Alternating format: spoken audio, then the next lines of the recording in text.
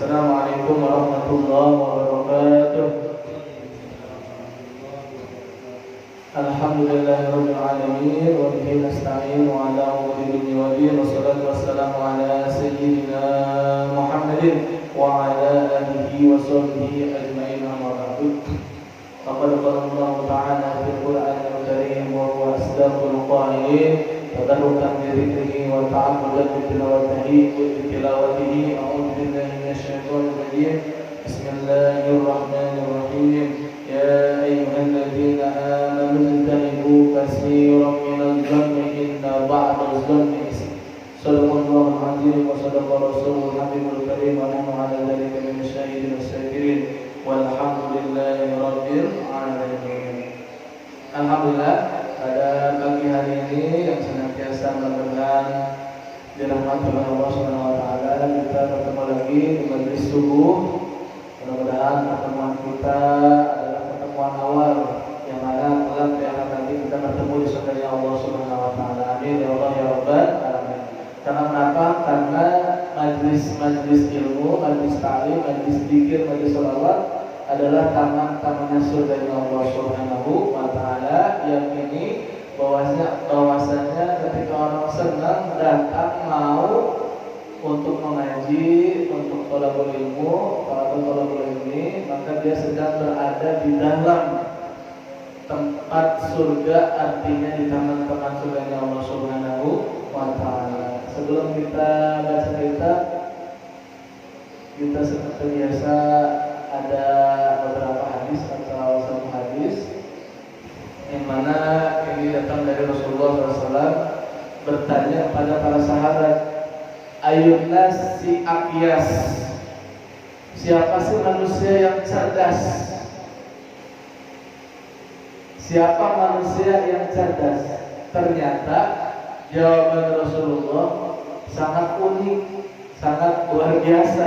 Kalau kita kan yang cerdas, yang hebat hafalannya, yang nilainya tinggi, di sekolah ranking terus, ikut juara menang terus, lomba menang terus.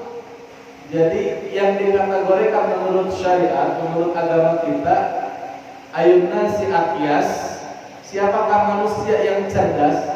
Rasulullah SAW kemudian melanjutkan sabdanya, yaitu aksaruhum lil mauti dzikra. Aksaruhum lil mauti dzikra, yaitu orang yang banyak mengingat kematian dan mempersiapkan setelah kematian. Jadi kata Rasulullah, yang cerdas ternyata menurut Rasul kita yang banyak memikirkan kematian dan mempersiapkan setelah kematian. Ini berapa kali kita memikirkan kematian, ingat-ingat kematian. Manusia kan akan mati ya. Jadi manusia akan mati, maka kata Rasulullah siapkan bekal mati kita dari sekarang. Jangan mentang-mentang sebagaimana kita berjalan atau jalan-jalan ke tempat orang, apalagi di negeri orang, beda negara, maka kita sebagai orang gak mungkin gak ada persiapan. Pasti ada persiapan, baik uangnya, baik kesehatannya, baik bajunya, baju tidurnya juga, baju jalan-jalannya juga. Dan itu masalah dunia saja kita prepare-nya sangat luar biasa. Apalagi untuk masalah akhirat harus lebih luar biasa. Contohnya seperti kita nih, salah satu yang disenangi Rasulullah untuk bekal mati, ya ini belajar. Ini belajar taklim ini dibanggakan oleh Rasulullah. Senang Rasulullah lihat umatnya mengaji, supaya tidak belok ke jalan yang salah, supaya tidak terjerumus kepada jalan yang tidak baik. Ada remnya. Jangan sampai kita hidup tidak pernah mau ngaji, apalagi kita punya anak. Jadi harusnya kita sebagai orang tua, misalnya punya anak udah mulai dewasa, kelas 6, kelas 5, kelas 6 SD, ajak pengajian, paksain. Jangan sampai sekolah jam 7, jam 6 udah bangun, tapi untuk sholat subuh nggak dibangunin. Alhamdulillah. Berarti tidak mempersiapkan untuk kematian akhirat, hanya mempersiapkan dunia saja. Coba perhatiin ya, orang tua ya di mana gitu ya. Untuk sekolah saja sungguh-sungguh bangunin anak. Jangan sampai terlambat ke sekolah malu. Ya nggak pernah ngomongin jangan sampai terlambat sholat subuh di masjid. Malu sama Allah. Nah itu, punya anak yang udah mulai dewasa, kita didik, ajak ke masjid, ajak ngaji. Walaupun ngantuk ngaji sholat, namanya anak-anak, insya Allah ada barokahnya. Nah itu, orang cerdas menurut Rasulullah SAW banyak mengingat kematian, bukan sekedar mengingat kematian doang, bukan, tapi untuk mempersiapkan setelah kematian. Jabatan setinggi apapun, sebesar apapun jabatannya, sebanyak apapun bisnisnya, sebanyak apapun perusahaannya akan ditinggalkan. Nah, bagaimana perusahaan kita, bisnis kita bermanfaat? Itu sedekah, bagi-bagi ke orang, untungnya, walaupun tidak untuk berbagi kepada orang lain. Jangan sampai kita hanya memikirkan dunia saja, karena dunia itu tempat tinggal. Artinya tempat yang akan ditinggalkan. Nah kita kan kakek kita siapa? Yang pertama manusia, Nabi Adam. Nabi Adam hidupnya di mana? Di surga. Kata guru-guru kita orang Muslim, insya Allah masuk surga. Insya Allah masuk surga. Cuman kita pantas apa enggak? Kayaknya kalau dipikir-pikir nggak pantas Pak ya. Sholat berantakan. Ada musuh, ada kagak, banyak kagaknya daripada musuhnya. Sedekah malas, ke masjid malas. Gimana tuh?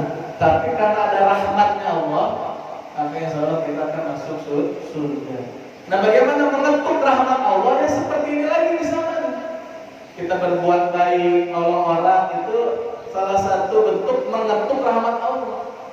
Agar Allah memberi rahmat pada kita.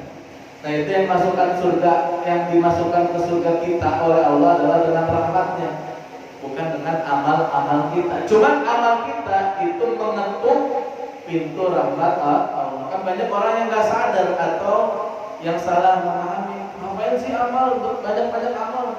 Kalau kan masuk surga itu karena rahmat Allah.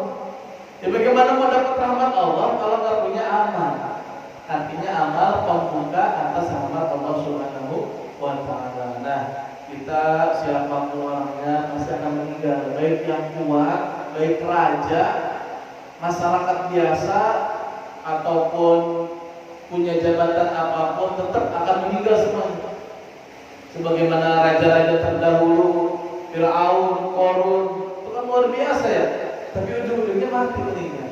Nah, kata Rasul, mari kita mengingat kematian dan juga banyak mempersiapkan bekal untuk di akhirat kelak. Jangan sampai kita tidak memiliki amal yang istimewa. Salah satu amal istimewa adalah mau menuntut ilmu. Nah, buahnya menuntut ilmu, buahnya kita mencari ilmu, bukan sekedar paham doang, tapi ada rasa peduli terhadap orang lain.